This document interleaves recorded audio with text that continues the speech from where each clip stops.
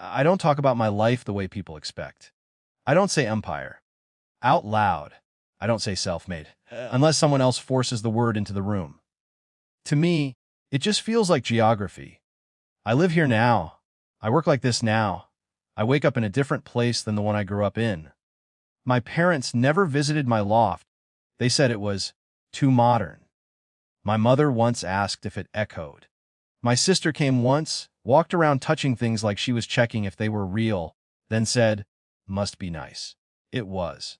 But it was also lonely in a very specific way, like success had moved me into a language my family didn't want to learn.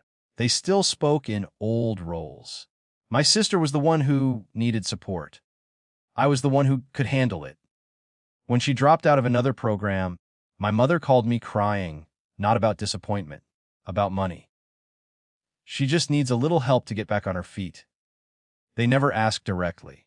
They just described the crisis until silence sounded like cruelty.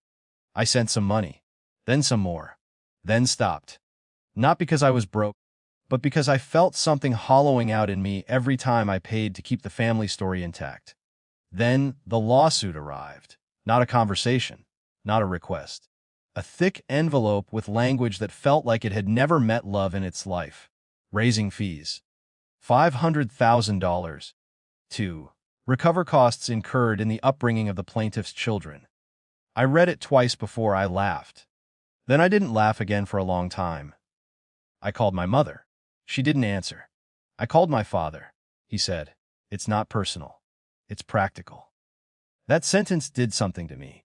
It rearranged a lot of old memories very quickly. I considered paying. Not because it was right. Because it would be quiet. I imagined wiring the money, blocking the numbers, moving on with my life like none of this had ever happened. I imagined the relief of not thinking about my family ever again. Then I imagined agreeing in writing that their love had been a bill. And I couldn't do it. I hired a lawyer. I didn't tell anyone. While she prepared a response, I started looking through old files. Not for revenge, just to understand how we had gotten here. What I found wasn't dramatic. It was boring. Tax forms where numbers didn't match, transfers that made sense emotionally but not legally. Businesses in relatives' names that weren't really theirs. Things I had helped fix years ago because my father hated paperwork. I realized I had been cleaning up quietly for a long time. I stopped. I didn't threaten. I didn't warn. I just stopped protecting them from themselves. I sent what I found to my lawyer. She looked at me carefully and said, "Do you understand what this means?" I said, "Yes." I sent it to the IRS. Then I waited. The lawsuit didn't move forward the way they expected. Deadlines got extended. Calls went unanswered. My parents suddenly became hard to reach. Then a letter arrived at their house, not from me. From the government. Official language. No emotion. Heavy with consequence. My father called me that night, not angry, not loud. "Small, what did you do?" he asked. "I stopped lying you," I said. "Were your parents?" "I know," I said. That's why it took me so long. He didn't yell. He just said my name once, like he was trying to remember who it belonged to. The lawsuit was quietly withdrawn. No apology came with it. My sister stopped talking to me. She didn't blame me directly, but she didn't need to. Her silence was fluent. My mother called once and said, "You didn't have to go that far." I said, "You went to court." She didn't answer. Things didn't explode. They thinned. Holidays became optional.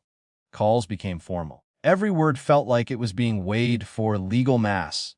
I didn't feel victorious. I felt separate. For a while, that felt like loss. Then it started to feel like space. I realized I no longer flinched when my phone rang. I no longer felt guilty for having what I built. I no longer tried to translate myself into a version my family could accept. I didn't destroy them. I just stopped holding them up. And in the quiet that followed, I finally learned what it felt like to stand without bending.